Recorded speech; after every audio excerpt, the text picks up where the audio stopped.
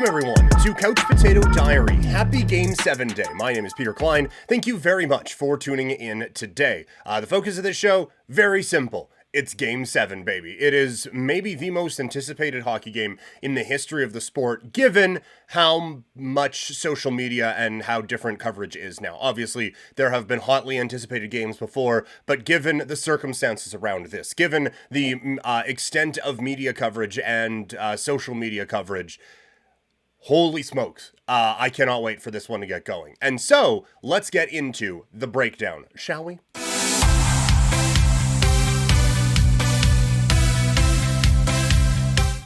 It's going to be a breakdown for a fan base that doesn't come out on the right end of this one tonight. This is going to be such a fascinating matchup this evening. It's Game 7, Edmonton Oilers against the Florida Panthers in Florida. So let's break this one down from all angles. We will start on the Edmonton side. And my first note for the Edmonton Oilers, very in-depth hockey analysis. Stay awesome. They have been tremendous over the last 3 games. And are at a point now where I would suggest they have outplayed Florida for about 5 of the 6 games. Game 2 was the only one on the scorecard that decisively goes the Florida Panthers' way. So we will see tonight if Edmonton can keep that thing rolling. And I think the most important thing for them that has been working for them in this 3-game historic comeback has been their starts. If they can get off to another quick start today and get that, here we go again, feeling for the Florida Panthers, then I do think that it can unravel pretty quickly for a Panther squad that does feel a little bit beat down right now and don't have a whole lot of reasons for optimism. So if Edmonton can come out, get that good jump, get that quick play going, and really start to take it to the Florida Panthers, it's going to be a really, really difficult uphill climb for the Florida Panthers to work their way out of. Not saying they're not going to be able to do it, but I do think that if Edmonton can really bury these guys, like if it's another 11-2 in shots in the first period, I think it's going to be difficult for that Florida team to get going. We'll see. Matthew Tkachuk said this will be the loudest building he's ever been in tonight. We will see what this Florida crowd can bring for a Game 7 in the Stanley Cup final. The other part of this that I think is really important for the Edmonton Oilers is the special teams needs to stay hot. They have killed off so many penalties, like just an absurd amount, and have done so with great effectiveness, and have now, I'm pretty sure they've scored more shorthanded goals than Florida has power play goals in this series. That has to stay strong tonight. In this one game winner takes all, it can't have, they were really good, but except for this one game. If this is the one game, that's a problem. It needs to stay locked in there. I anticipate this will be a close hockey game. And so I don't think you can, that you can have the Panthers getting some free goals tonight on their power play. I think that is going to be so important. And I think that this is going to be a Panthers team that I think is going to be very desperate on the power play and try to get some things going. I thought that maybe they cracked a code in Game 2 when they got that late one from Rodriguez on a nice set play. I believe it was Verhaeghe, who, it wasn't even a set play, it was on the rush. So maybe that should have let me know that it wasn't something that was figured out. But if they're able to get like a 2-for-4 or something, that is going to be monumental from a Florida Panther standpoint. We'll see if they're able to crack that code tonight. And then the other one, and it does kind of go along the same lines as this. I think the Edmonton depth needs to stay hot in this game. I think that Janmark has been so important for Edmonton the last little bit. Connor Brown, with a couple real good shorthanded goals and shorthanded opportunities, has created that extra spark that has helped carry Edmonton, and it was what they were missing in the first 3 games of the series, where it was McDavid and Hyman, and that was kind of it. The depth has showed up in a really, really big time way, and that has given this team a sense of inevitability as it's been going on. And that has been the one thing you watch. Like, just every time Edmonton touches the puck, it feels like something dangerous is happening. And it feels like Florida almost escapes when it doesn't go into their net. Where Florida, when they get the puck, it feels like it's almost a mistake when the puck goes in. And like that's how these two teams have been feeling right now. Is it just this air of inevitability around the Edmonton Oilers and specifically their star Connor McDavid? But the depth guys like Henrique has been really good. Janmark and Brown, I can't say enough about the plays that they have made, and those are the types of depth performances that you need to win a Stanley Cup. Those are the type of depth performances that we have seen throughout history that have carried teams like Chicago and Boston and Tampa Bay, and before that Detroit and Pittsburgh, and before that Pittsburgh, and like just on down the line. Like, yes, there are the stars, but you need those depth guys to step up to take you from first or second round team to first or second ring team, and that is what this Edmonton group has been able to do. I think with their depth. And then the last one is Stuart Skinner. I think that he needs to be a very impactful part of this game. Obviously, again, breaking things down, talking about how important the goaltender is.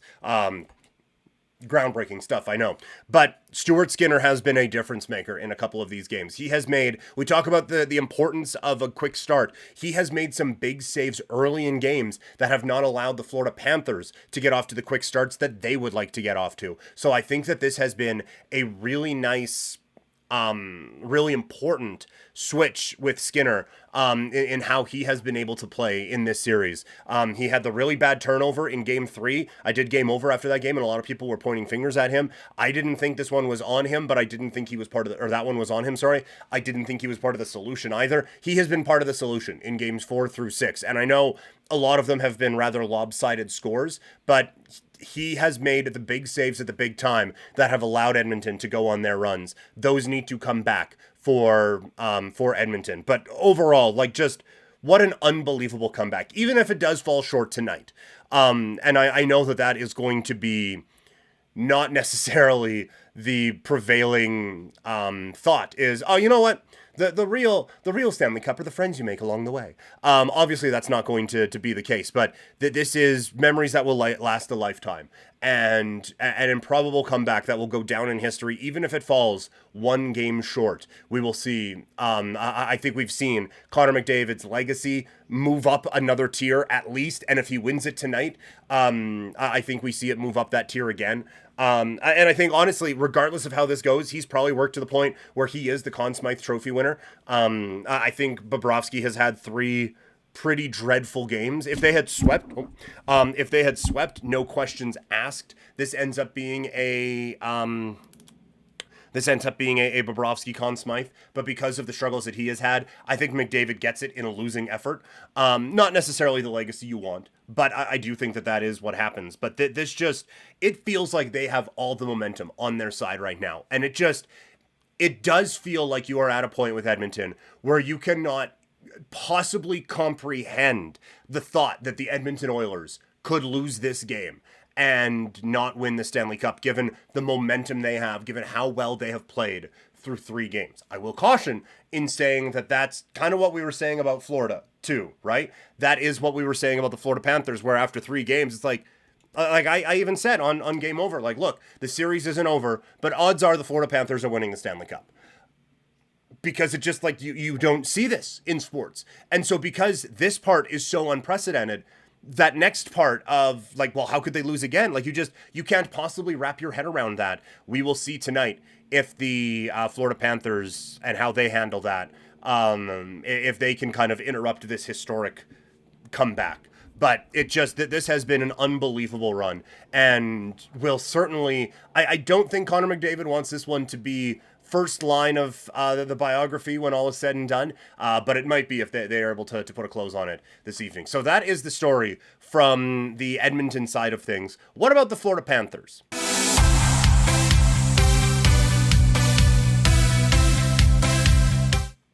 Just breaking it up here. I like the sounds. The Florida Panthers are on the verge of the most epic collapse in the history of the Stanley Cup Finals, and in the history of just, major sports in general. One of the great collapses that you will see. the one thing that has been missing from Florida's game in the last 3 games that needs to be there tonight is that urgency. They have absolutely, through 3 games, and this is not to take one thing away from what Edmonton has done, but they have looked like they knew this safety net was there, that there was yeah, we know, game 7, it's coming, we got it, it'll be all right. We don't have to win this game. We can win the next one. Oh, we wanted to win it at home. Oh, you know what? We just didn't have the same urgency as them. Well, now that goes out the window. They have looked so bad in the last 3 games. And even that last one, I get Barkov was trying to do the no-look pass, the no-look shot thing. That still, when he had that mini 2-on-1, that did not look like a confident shot. That looked like I'm going to put it on net and hope someone else can put the puck in.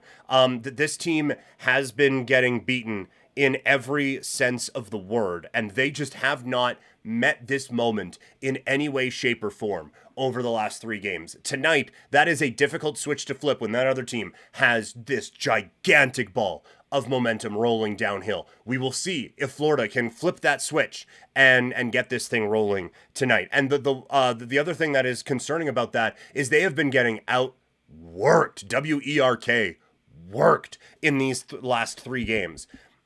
I had said coming in that the dangerous thing about Florida is they can play any style with you and still feel comfortable with that.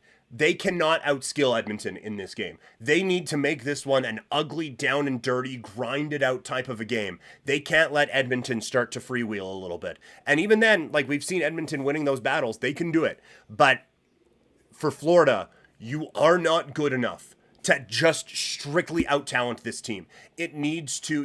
a lot of talent on Florida. Don't hear what I'm not saying. There is a lot of talent on this Florida Panthers team. But they cannot afford to be outworked the way that they have. Because Edmonton does have the skill edge. You have to have the board wins edge, I guess, and those sorts of things, right? Like, you need to win the Pucks in Deep award in this game tonight and be able to get that forecheck going, create those opportunities like we saw in the early games where you force a really bad Darnell Nurse turnover, you force a really bad Stuart Skinner turnover, you force a real bad Cody Ceci turnover, and an Evan Bouchard pass right onto your tape. That relentless forecheck, that relentless pressure needs to be back for Florida in this game, because it has been nowhere to be found the last 3 games. You watch games 1, 2, and 3, and then 4, 5, and 6, and it looks like a completely different Florida Panthers team. They have to know that this is an all-out, everything left on the table, give us everything you got sort of a game, with the effort that is going to be required for them tonight. And after all of that, it still might not be enough if Sergei Bobrovsky isn't one of the 2 best players on the ice tonight. He cannot be the second best goalie in this game. If he does, the Edmonton Oilers complete the greatest comeback in the history of the NHL.